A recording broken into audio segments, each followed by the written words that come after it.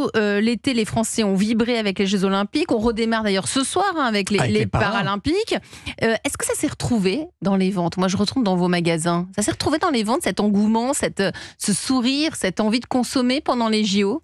Juillet, août, comment ça s'est passé? Il n'y a pas eu d'engouement commercial dans toute la France. Par contre, ce qu'on peut retenir, c'est en région parisienne, autour des sites olympiques, là où les gens logeaient, et même, y compris en banlieue parisienne, parce qu'apparemment, il y a beaucoup de touristes qui sont venus loger en banlieue parisienne. Là, nos magasins ont performé à 2 chiffres, ont progressé à 2 chiffres. Mais je dirais, c'était très localisé.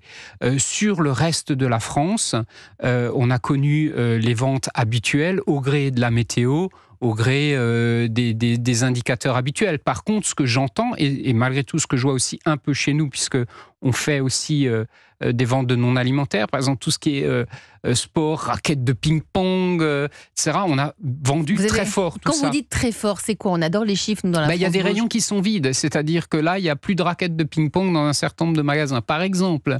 Parce que voir les frères Lebrun, ça a visiblement donné plein d'envie à plein de gens de se remettre au ping-pong. Mais quand j'observe aussi nos confrères là, de Décathlon, on fait une très belle saison. J'entends chez mes confrères d'Intersport aussi qu'il y a eu un engouement. Les gens ont eu envie de se remettre au sport, à bouger et donc à s'équiper. Et donc, il y a eu un impact dans toutes ces activités-là très clair. Et sur